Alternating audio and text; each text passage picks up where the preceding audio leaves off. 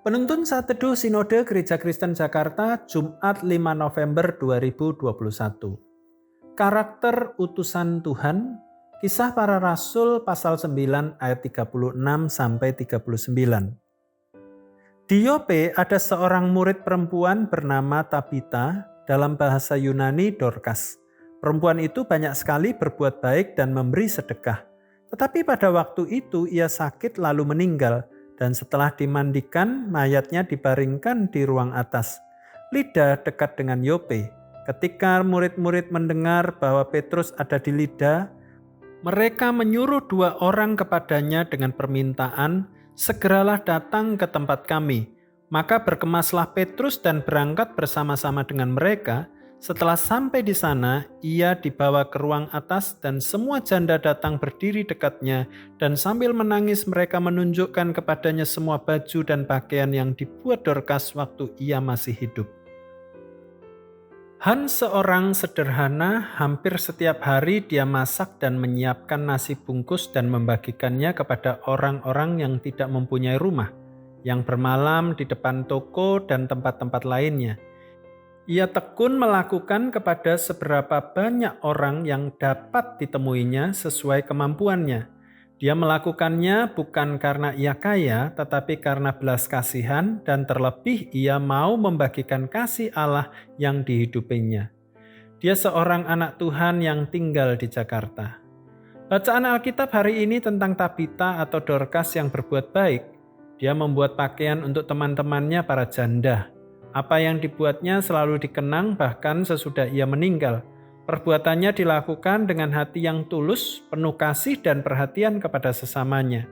Ia lakukan secara sederhana apa yang dapat dilakukannya.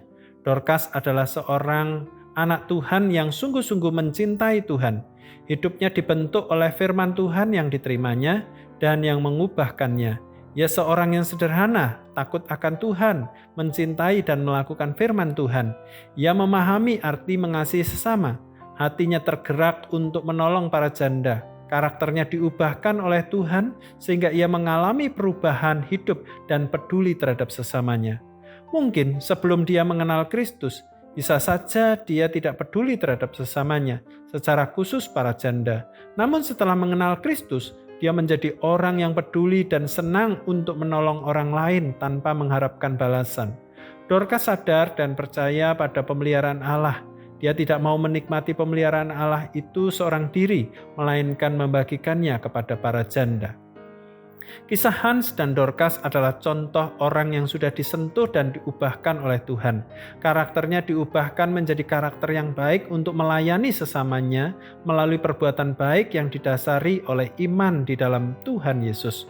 Perbuatan baik membagi-bagikan sesuatu untuk menolong orang lain tentu baik, tetapi harus didasarkan iman di dalam Tuhan Yesus.